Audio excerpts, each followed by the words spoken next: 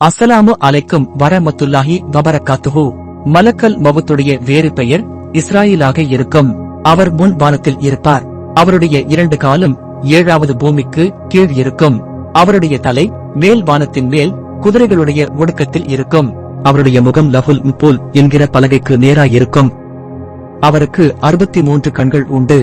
ஒவ்வொரு கண்ணிலும் 3 உப கண்கள் உண்டு. அவருக்கு 360 நாவும் 360 கையும் உண்டு.